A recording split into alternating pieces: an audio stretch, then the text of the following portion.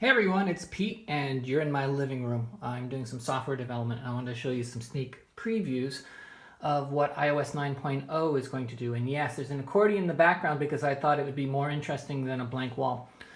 So first of all, I want to show you the support for Osmo. This is an Osmo stand right here and it comes with a little mirror that you attach. It's just a little plastic clip-on that redirects the light coming from your table up into the camera so that it can see in front here. Now, you don't have to use the stand. The Osmo folks are great, and I totally think you should go and buy one of these stands and one of these mirrors. But if you don't have one, you can do what I did for all my other ones, which is I just took a piece of wood and I ran this on my table saw and created this angle right here that wedges in. And you can see my iPad Pro is just stuck in that piece of wood, that's all. And then I have a $1 mirror from the dollar store taped to the back of my iPad Pro. And the angles don't have to be precise, and the reason is because my app gives you the ability to tweak things. So let's get started. I'm going to hit the go button here. The splash screen is a little bit different in the past. So first of all, the app is still the same in terms of you start by picking an image. I'm going to pick this one here of Christopher Walken because it's just totally awesome. And first of all, the first thing you might notice is that everything's the same where you are adjusting the image, but now if you twist your hand, you can free rotate the image. A lot of people requested that, so I added that feature as well. But more importantly, let me show you the front camera support. After you've picked an image, you're going to see a new icon up in the upper left-hand corner. It's a camera button, and it's really only going to be for people who are a little bit brave and are using mirrors and things. And when you push it, you're going to get some icons. The reset just is basically your panic button. The front button says I want to use the Osmo defaults. And then the other ones do things like switch between the front and the rear camera. Okay, it's looking down through a mirror. Everything's backwards, but that's what this is for. See this button? That is actually a mirror button. Boop. And this is a flip button upside down. Now, all of those buttons are important if you, like some of the users out there are using little periscope mirrors and things like that. They basically alter the view of the camera image. It's not quite focused. There we go. Now, I haven't hit the button that will adjust the view here. So this is actually what the camera is seeing through the front. I'm going to now hit the little Osmo button.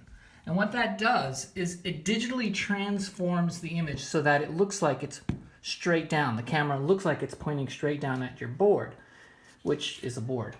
Haha. Okay, and then I have this test image here. And this test image is circles on squares. And when you look at the screen, it should look like circles on squares. But because you're in the camera mode right now, you can actually adjust the camera too. You can actually, this is the view from the camera, believe it or not, that you were adjusting. And you can zoom in on that, and you can even adjust down in the lower left-hand corner. You can do fine adjustments for perspective. So if you have, ooh, see that?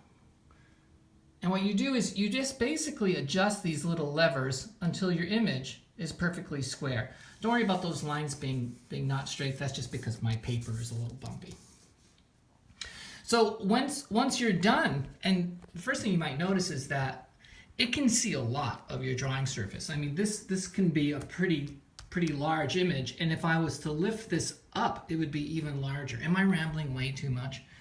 So when you want to draw, get out of camera mode. It'll turn back on the image, and you can do the same thing you've always done, which is adjust your image to where you want to draw it.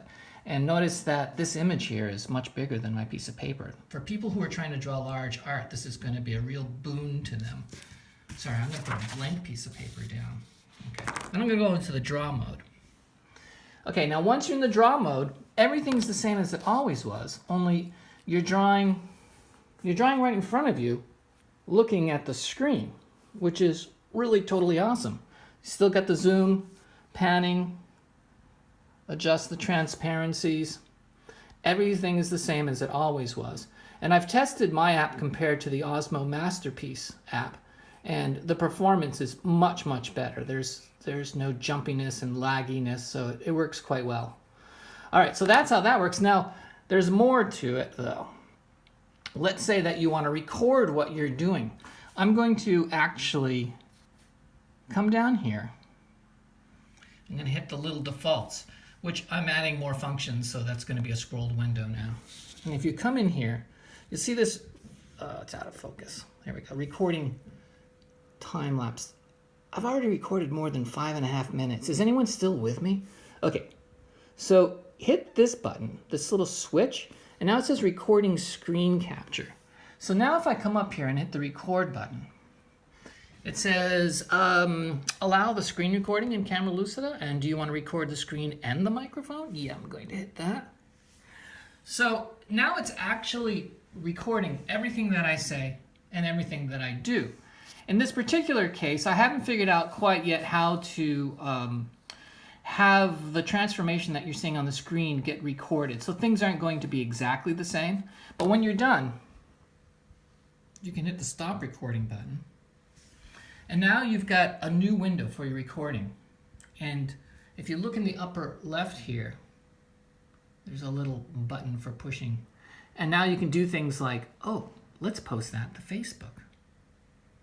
So when I post that to Facebook, it says, oh, you need to log in. There you go. So I think it logged in because I already had my account information saved.